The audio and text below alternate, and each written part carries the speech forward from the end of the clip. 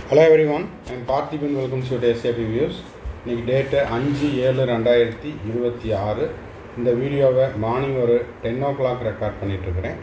இப்போது பெற்றோர் ஒருவரிடமிருந்து வந்த ஒரு மிக முக்கியமான சந்தேகம். ஸோ இந்த சந்தேகம் உங்களில் பல பேர்த்துக்கு இருக்கும். ஸோ அதற்காக இந்த வீடியோவை நம்ம மேக் பண்ணியிருக்கிறோம். இதை பார்த்துட்டு இந்த வீடியோவை உங்கள் ஃப்ரெண்ட்ஸ், ரிலேட்டிவ், நெய்பர் சர்க்கிளில் யாரெல்லாம் நீட் ஆஸ்பிரன்ட்ஸ் இருக்காங்களோ, அதே போல் அவங்க பேரண்ட்ஸ் இருக்காங்களோ, எம்பிபிஎஸ் பிடிஎஸ் கவுன்சிலிங்க்கு தமிழ்நாடுக்கு அப்ளை பண்ணுறாங்களோ, அவங்களுக்கு இந்த வீடியோ ஷேர் பண்ணிங்கன்னா அவங்களுக்கும் இந்த தகவல் ரொம்ப உபயோகமாக இருக்கும். என்ன சந்தேகம் அப்படின்னா, சார் எனக்கு என்ஆர்ஐ லேப்ஸ் சீட்டு வாங்கி கொடுக்க முடியுமா, இல்லை அந்த மாதிரி சீட்டை நம்ம கவுன்சிலிங்க்கு போகாமல், கவுன்சிலிங்கில் கலந்துக்காமல் நேரடியாக காலேஜ்லேயே யாராவது மீடியேட்டர் மூலமாக சீட்டை வாங்க முடியுமா அப்படின்ற மாதிரி கேட்டிருந்தாங்க. ஸோ அதற்கான பதில் தான் இந்த வீடியோவில் இருக்குது. வீடியோவை ஸ்கிப் பண்ணாமல் கடைசி வரைக்கும் பாருங்கள். இப்போது உதாரணத்துக்கு சொல்கிறேன். ஒரு கல்லூரியில் ஒரு எக்ஸ் அப்படிங்கிற ஒரு கல்லூரி, தமிழ்நாட்டில் இருக்கக்கூடிய ஒரு மேனேஜ்மெண்ட் சீட்டில் எக்ஸுங்கிற ஒரு காலேஜ், அந்த காலேஜில் ஒரு 10 சீட்டு என்ஆர்ஐக்கு இருக்குது அப்படின்னு எடுத்துக்கிட்டோம்னா, அந்த 10 சீட்டுக்கு உங்களுக்கு ஒரு 7 பேர் தான் அப்ளை பண்ணியிருக்காங்க. அந்த 3 சீட்டு ஃபில்லப் ஆகாமையே இருக்குது. இந்த 3 சீட்டுக்கு என்ன பண்ணுவாங்க, வேஸ்ட்டாக போகக்கூடாது, அதே நேரத்தில் இந்த சீட்டையும் ஃபில்லப் பண்ணணும். இதுக்காக 2023 வரைக்கும் என்ன பண்ணுவாங்கன்னா, காலேஜ்லேயே அட்மிஷன் போட்டுருவாங்க. நான் சொல்கிறது உங்களுக்கு கிளியராக புரியும்னு நினைக்கிறேன். இப்போது ஒரு கல்லூரியில், எக்ஸுங்கிற கல்லூரியில் என்ஆர்ஐக்கான இடங்கள், காலி இடங்கள் 10 சீட் இருக்குது எம்பிபிஎஸ்சில். இந்த 10 சீட்டுக்கு 10 பேரும் சாய்ஸ் ஃபில் பண்ணல, 10க்கும் குறைவானவங்க தான் சாய்ஸ் ஃபில் பண்ணியிருக்காங்க. உதாரணத்துக்கு ஒரு 7 பேர் தான் என்ன பண்ணுறாங்க, அப்ளை பண்ணுறாங்க. அப்போது 3 சீட்டு வேக்கண்ட்டாக இருக்குது. இந்த 3 சீட்டை 2023ஆம் ஆண்டு வரை அந்த கல்லூரியே என்ன பண்ணிக்குவாங்கன்னா, நேரடியாக கல்லூரி வளாகத்துக்குள்ளே, கேம்பஸுக்குள்ளே ஸ்பாட் அட்மிஷன் போட்டுருவாங்க. இந்த ஸ்பாட் அட்மிஷன் போடுறதுல என்னென்ன டிஸ்அட்வான்டேஜ், என்ன மாதிரியான முறைகேடுகள் எல்லாம் நடந்தது அப்படின்னா, இப்போது என்ஆர்ஐ சீட்டு உதாரணத்துக்கு ஒரு 180 மார்க்கு கிடைக்குது அப்படின்னா, அதன் பிறகு மீதி இருக்கக்கூடிய அந்த 3 சீட்டை யார் வேணால் எடுத்துக்கலாம் அப்படின்னா ஜஸ்ட்டு நீட்டில் பாஸ் பண்ணியிருக்கணும்.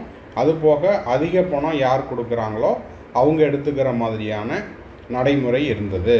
ஸோ இந்த மாதிரியான நடைமுறையில் என்ன ஒரு சிக்கல் அப்படின்னா, மதிப்பெண் அதிகமாக இருக்கிறவங்க அப்ளை பண்ணி அவங்கக்கிட்ட குறைவான பணம் கட்டுறாங்க. அதை விட மதிப்பெண் குறைவான மாணவர்கள் அதிகமான பணத்தை கல்லூரிகளுக்கு கொடுக்குறாங்க. ஸோ அதன் மூலமாக என்ஆர்ஐ அன்ஃபில்டு சீட்டை தான் என்னென்னு சொல்கிறோம், லேப்ஸ்டு சீட்டுன்னு சொல்கிறோம். ஸோ இந்த மாதிரியான என்ஆர்ஐ லேப்ஸ்டு சீட்டை வாங்க முடியுமா அப்படின்ற சந்தேகத்துக்கு தான் இப்போ நம்ம பார்க்க போகிறோம். 2024க்கு பிறகு ஒரு நோட்டிஃபிகேஷன் வந்துச்சு. இப்போ பார்த்தீங்கன்னா இதுதான் அது.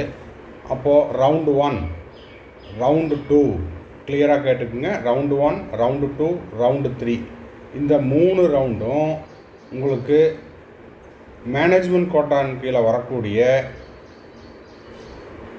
ரிலீஜியஸ் மைனாரிட்டி சீட்டோ, இல்லை லிங்குவிஸ்டிக் மைனாரிட்டி சீட்டோ, இல்லை என்ஆர்ஐ சீட்டோ அந்த கேண்டிடேட்டுக்கு மட்டும்தான் கொடுப்பாங்க. ஓகேங்களா? உங்களுக்கு மேனேஜ்மெண்ட்டில் லிங்குவிஸ்டிக் மைனாரிட்டி சீட்டு, இல்லைன்னா ரிலீஜியஸ் மைனாரிட்டி சீட்டு, இல்லை என்ஆர்ஐ சீட்டு, இது முதல் 3 சுற்றுகளுக்கு அந்த பிரிவினருக்கு மட்டுமே வழங்கப்படும். அதன் பிறகு இந்த பிரிவில் இருக்கக்கூடிய சீட்டு வேக்கண்ட்டாக இருக்குது அப்படின்னா அதை லேப்ஸ்டு சீட் அப்படிங்கிற டைரக்ட் அட்மிஷன் கல்லூரியில் போடக்கூடாது. அப்போ என்ன சார் பண்ணுவாங்க அப்படின்னா, திரும்பவும் அந்த சீட் எல்லாத்தையுமே என்ன பண்ணுவாங்க, ஜென்ரல் மேனேஜ்மெண்ட் கோட்டாக்கு கொண்டு வந்துடுவாங்க. அப்போ ஜென்ரல் மேனேஜ்மெண்ட்டில் 3வது சுற்றில் ஒரு மாணவருக்கு மேனேஜ்மெண்ட் சீட்டு ஒரு 330 மார்க்குக்கு க்ளோஸ் ஆகிருக்குது அப்படின்னா 4th ரவுண்டில் அந்த மதிப்பெண்ணுக்கு கீழே இருக்கக்கூடிய 4வது சுற்றில்